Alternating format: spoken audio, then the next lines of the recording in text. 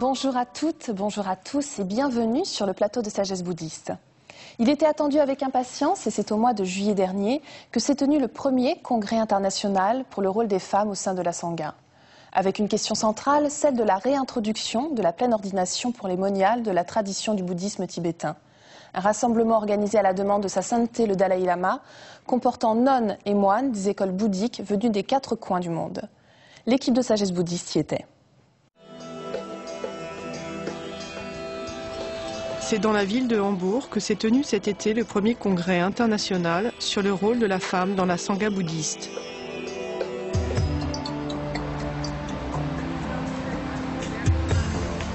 Sa sainteté, le Dalai Lama, a choisi cette ville allemande en raison de son important centre d'études tibétaines. L'enjeu de cette rencontre est la pleine ordination des moniales, qui a fait l'objet d'études approfondies par les érudits du Vinaya, le code monastique.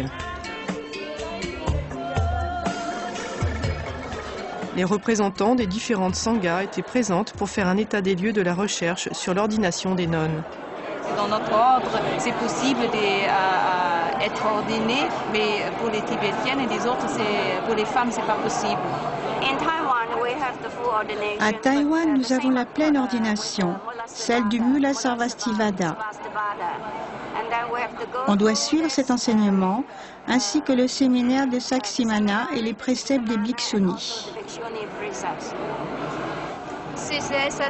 Au Vietnam, les femmes peuvent devenir nonnes facilement. Pas de problème, et les moines nous soutiennent. Et on peut avoir la pleine ordination.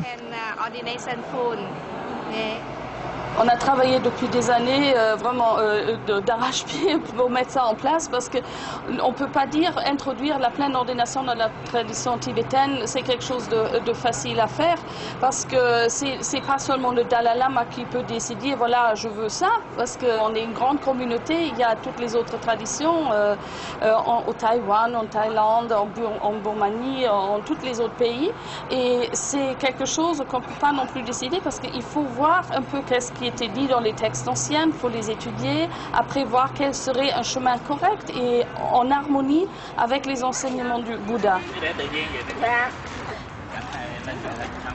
65 intervenants se sont exprimés devant 300 participants de 19 pays différents. Selon Neil Pandita, quand Carbon et Gibbon, les 2 moines chinois, étaient invités à rejoindre la Sangha qui ordonnait les moines, ils répondirent « À partir du moment où nous avons accès aux enseignements en Chine, nous pouvons le faire. » Le Bouddha lui-même a donné la pleine ordination nonne il y a déjà 2500 ans. Le problème est juste que la tradition de la lignée tibétaine d'ordination Mula Sarvastivada a été interrompue. Dans le bouddhisme, il y a 2 niveaux d'ordination. Il y a le niveau de pleine ordination et le niveau des novices qui existe autant pour les moines que pour les moniales. Et le niveau de pleine ordination a été interrompu dans la tradition qui s'est répandue au Tibet. Donc cette tradition s'appelle Mula Sarvastivada. Et elle est née en Inde et au 8e siècle, elle est partie au Tibet et elle a été interrompue lors de sa transmission au Tibet. Donc c'est pour ça que les personnes qui sont ordonnées dans la tradition du bouddhisme tibétain, les femmes ne peuvent recevoir cette pleine ordination. En revanche, la tradition de l'ordination Dharmagupta s'est répandue en Chine, en Corée, au Vietnam, puis a amené avec elle le niveau de pleine ordination ainsi que le niveau des novices. Être une femme fait que vous avez besoin de 2 ordinations, l'ordination simple et l'ordination supérieure. Mais pour les hommes, ce n'est pas pareil. S'ils ont 20 ans, ils peuvent devenir tout de suite moines, pleinement ordonnés. Mais nous devons suivre 2 ans de pratique avant d'obtenir la pleine ordination. Le Bouddha soutient les hommes et les femmes de façon égale. Mais à sa mort, les moines conservateurs radicaux ont pris le pouvoir. Ils n'aimaient pas voir les femmes enseigner aux hommes. C'était mal. Notre pays appartient au Theravada, alors j'ai pensé que le meilleur lignage d'ordination serait à partir du Theravada. Pour cette raison, j'ai dû me rendre au Sri Lanka, où ils ont aujourd'hui environ 400 nonnes, pleinement ordonnées, des bhikkhunis. En Thaïlande, les nonnes n'étaient pas acceptées par le conseil ecclésiastique. Elles étaient marginales, indésirées, sans aucune place dans la société thaï.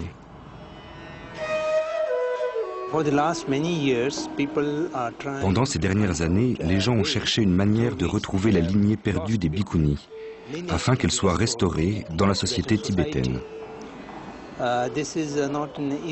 Ce n'est pas une tâche facile, car il faut l'accorder avec les enseignements du Vinaya.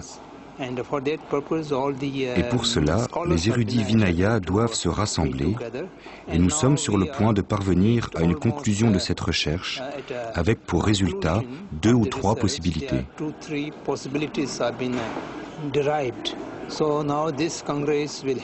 Maintenant, ce congrès aidera à décider, à recommander quelle modalité serait le mieux pour restaurer la tradition Mulasarvastivada. Pendant ces 3 jours, les auditeurs, bouddhistes et laïcs, ont écouté les recherches sur la pleine ordination dans le Vinaya. Parmi eux, un groupe de nonnes tibétaines a été invité à participer au congrès. La discussion est animée. Nous venons de monastères différents, donc certaines nonnes étudient dans la tradition Nyingma, vous le connaissez peut-être déjà, et certaines sont dans la tradition Gelug, et certaines sont dans la tradition non sectaire. Ici, il y a donc des nonnes des traditions diverses, ainsi nous pouvons apprendre les choses nouvelles qu'on ne connaissait pas. Les nonnes veulent être instruites. Aussi, il y a des couvents maintenant avec les programmes de retraite de 3 ans. Et je pense vraiment que si seulement nous pouvons établir la pleine ordination pour les nonnes, cela aidera à développer leur confiance et leur amour-propre.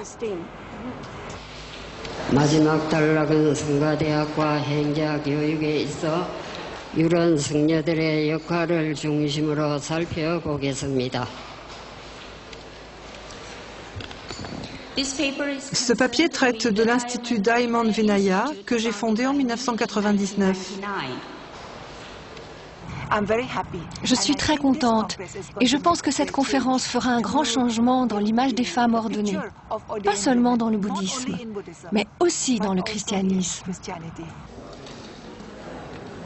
La déclaration de sa sainteté demain sera très importante pour l'avenir des moniales dans le bouddhisme tibétain et des moniales occidentales autant que des moniales tibétaines. La déclaration de sa sainteté, le Dalai Lama, était très attendue de toutes les sanghas présentes à Hambourg. Sa sainteté, le 14e Dalai Lama, s'intéresse beaucoup à la restauration de l'ordre bhikkhuni. Mais ceci n'est pas un sujet social ni politique. Donc, il ne peut pas être le seul décideur.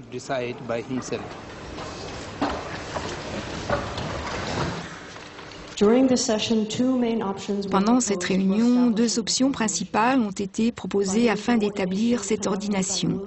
Des ordinations conduites par les Mullas Sarvastida, bhikkhus seuls, ou par les Mullas Sarvastida, bhikkhus et bhikkhunis, qui pratiquent la tradition tibétaine.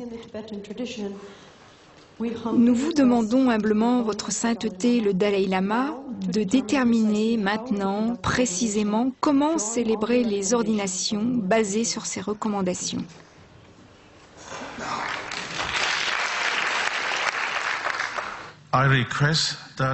Je demande à votre sainteté, en accord avec le soutien de votre sangha tibétaine, d'établir l'ordre bhikkhuni pour toutes celles qui pratiquent le bouddhisme tibétain, peu importe où elles sont nées.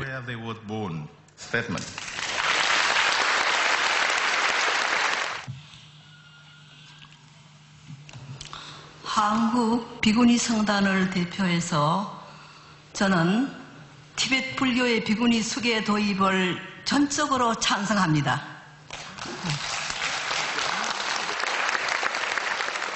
Si sa sainteté et la sangha tibétaine décident de choisir l'ordination seule, j'apporterai mon soutien. S'il vous plaît, votre sainteté, faites l'histoire aujourd'hui et permettez-nous de témoigner de cet événement historique. Merci beaucoup.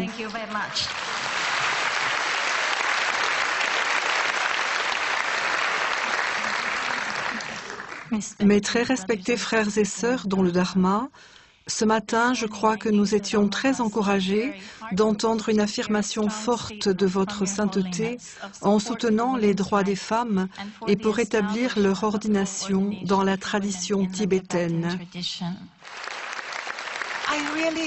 Je crois complètement qu'avec la réintroduction du Sangha Bhikkhuni, nous renforçons le bouddhisme, nous rajeunissons le bouddhisme.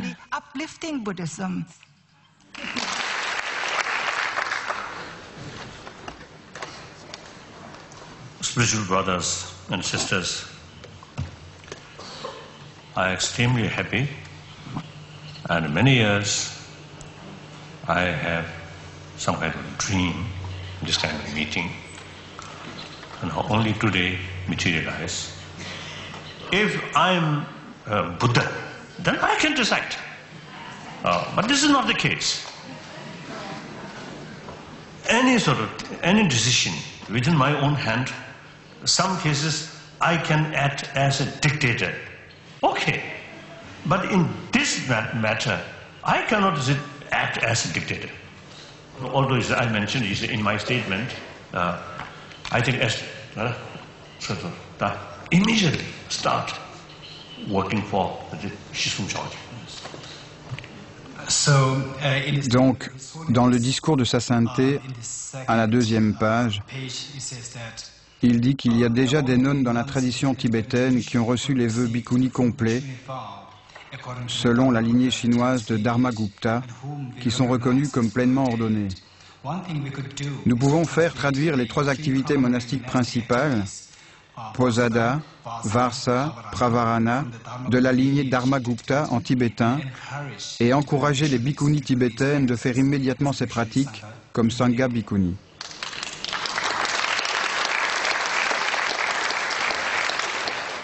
Je crois que c'est déjà une grande étape et que brûler les étapes, c'est pas forcément productif parce que si après ça ne peut pas être mis en action, ça ne sert à rien de faire des décisions, je dirais presque démagogiques, qui ne seraient pas suivies et qui ne se sentent pas à même par humilité de prendre au nom de tous les représentants de Vinaya, parce que justement il n'est pas, comme il le dit, quelqu'un qui donne des édits qui devraient être suivis comme par exemple le ferait un pape dans la chrétienté. Je pense que sa sainteté a été très prudent dans ses conclusions et que certainement il a dû comprendre qu'une partie de la Sangha qui constitue les moines tibétains à Dharamsala serait contre un changement trop rapide.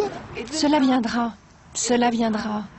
Quand il y a une cause correcte, le résultat suivra. Donc je ne suis pas tendue à ce sujet, mais très contente si cela arrive.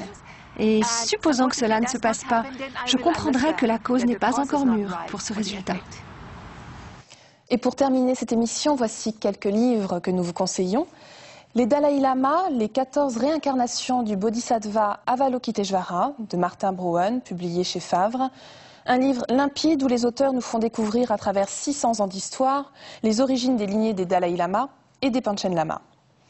Tibet sur le sentier des nonnes, dans la collection des 2 encres de Michel Valeur, qui nous emmène avec lui dans un long voyage initiatique en compagnie de 28 nonnes à travers le Tibet. Et enfin, les moniales bouddhistes de Mohan Vijayaratna, publié aux éditions du Cerf, un livre très accessible, une façon de mieux apprendre à connaître la place de la femme dans le monde bouddhiste. Et vous pouvez retrouver notre émission pendant 1 semaine sur le site de France 2. Il vous suffira de cliquer sur la rubrique « Les chemins de la foi ». C'est déjà la fin de notre émission. Merci à tous de nous avoir suivis. Je vous souhaite une très belle journée et vous propose de nous retrouver dimanche prochain. Excellente semaine.